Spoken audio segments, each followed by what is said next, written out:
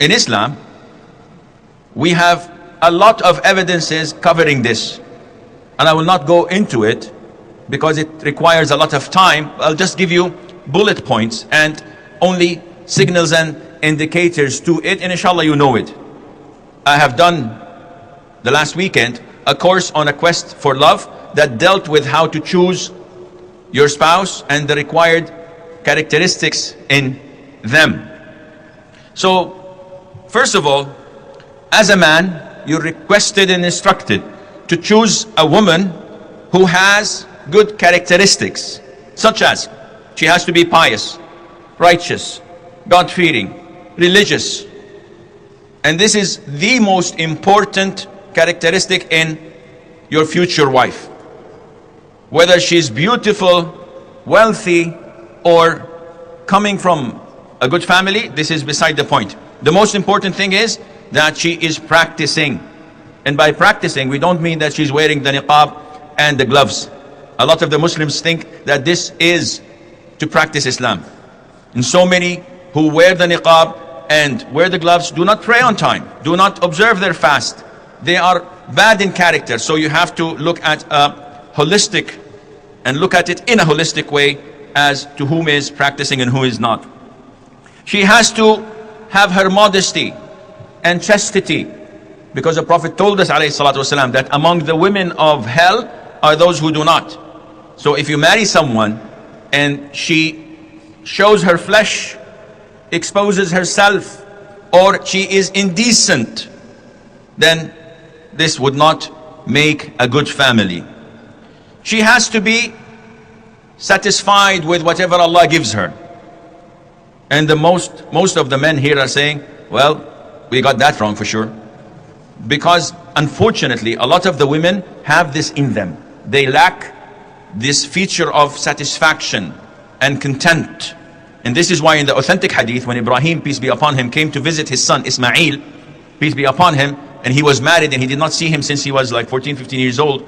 He did not find him and he found his wife. So he asked her, how is life? And she said, life is horrible, food is scarce, we don't have water, my husband is out all the time. So he told her, when your husband comes, give him my regards and tell him your father says, change your doorstep. So when Ismail came and she told him, and he told her that this was my father and he's telling me to divorce you, go to your family. The worst wife one can have is the one who's unappreciative, never satisfied, never content. And then when he married again and Ibrahim visited him years later, the second wife did not complain. On the contrary, complimented everything she had. And Ibrahim said, give him my regards and tell him to preserve and to keep his doorsteps. And when he came back, Ismail, and she told him, he told her, this was my father. It is extremely important for a Muslim family to have the content, not only from women, but also from men. But this is not our topic. No, we're addressing the characteristics of the potential misses. Among the characteristics before choosing a wife, the Prophet tells us that the women of Jannah are those who are wadud, walud, a'ud. Wadud meaning that she's caring and loving. So you have to choose someone who's caring and loving. And I'm not telling you to go online, chat with her, and maybe go Skype so that you know her before marriage. This is haram. So how would I know if she's caring and loving? From her family, from her friends.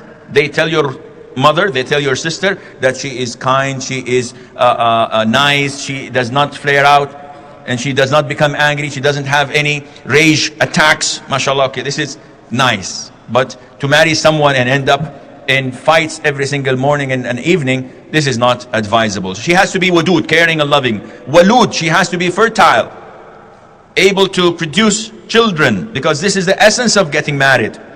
Sheikh, I can't go on Skype. Okay, how would I know this? She's fertile. We're not married yet. Well, scholars say, look into her family. So if, of course, her mother is fertile, look at her sisters, her aunts, her cousins. If they, mashallah, are a productive family, this means that most likely she would be. And do not get married to someone who does not, as a first wife. It's not forbidden, but it is not recommended. Thirdly, the Prophet ﷺ says that among the characteristics is that she is obedient among the blessings of Allah upon an individual is that he's blessed with a woman who would obey him if he orders her, and who would please him if he looks at her. So this is another characteristic. She has to be obedient. And the happiest husbands are those with obedient wives. And the brothers are shaking their heads in disapproval. They say, we don't have this, Sheikh. What are you talking about? Are you talking about huris from Jannah? Let's talk about humans. No, there are sisters. Come on, don't be ungrateful. You have jewels in your houses. I know that. And if I don't say this, I would be beaten by the sisters after I finish the talk. No, you do have this in your houses, but you are unappreciative. So the Prophet tells us that among the best women are those whom you look at them, they please you. And this doesn't mean that she has to be shockingly beautiful, because this is not the case. Beauty is not an essential thing in marriage. If you marry a beautiful wife, a couple of days, maybe a couple of weeks, and then you'll get over it. You'll see the real character. But a nice and obedient and righteous wife would always be pleasant to look at. So when you go home, you won't find your wife with her hair untidy, doing the afro maybe, and with her teeth yellow, with food in it, and with smells of onion and garlic coming out of her, and with her voice coming from the depth of her throat saying, how are you, honey? This is not the thing you want to have home. A righteous, practicing Muslimah, and this I know for a fact, would always try to look her best when her husband comes. This is my comfort zone. This is my safe haven that I always go to relax from whatever is abroad. And this is what I said to the brothers in this morning's reminder. When we go in the streets, we find billboards of models, beautiful women smiling.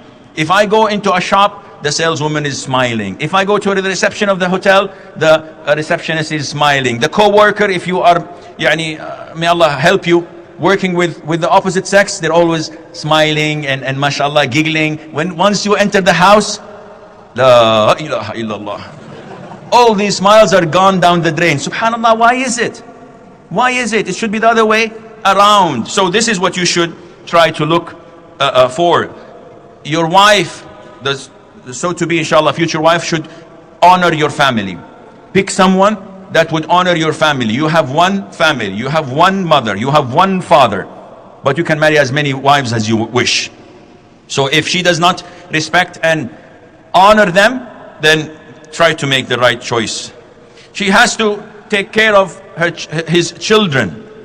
And the Prophet complimented sallallahu alaihi wasallam the women of Quraysh being soft-hearted to the children and being caring of their husbands.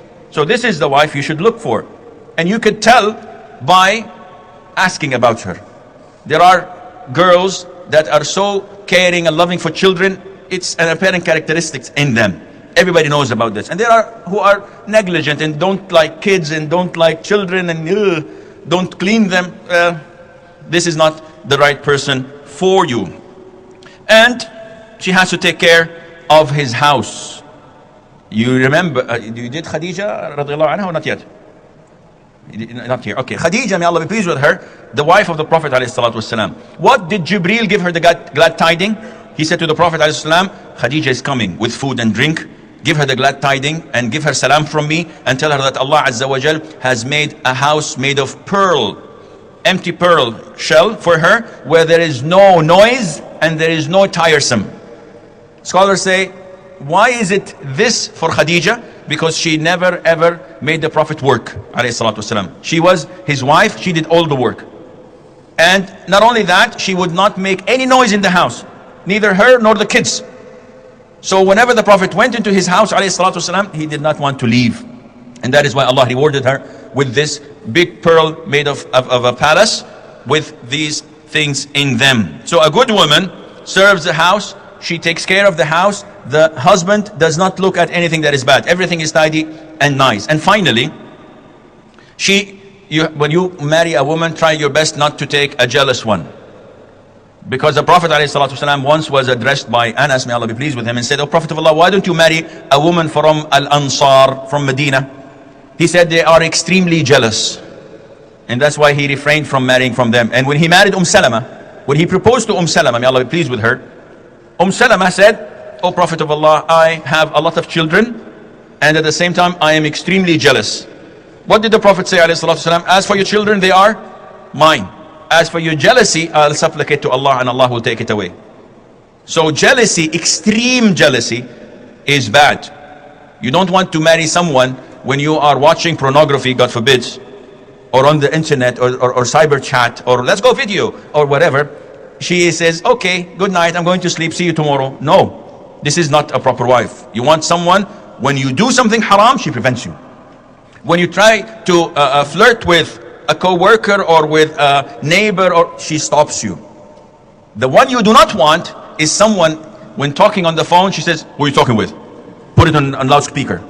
Swear by Allah Azza wa Jalla. Put your hand on your right eye and swear by Allah it's a man. What kind of jealousy is this? No, this is not jealousy. Therefore, these are some of the characteristics. You say it again 5 times. These are some of the characteristics you have to choose in a wife.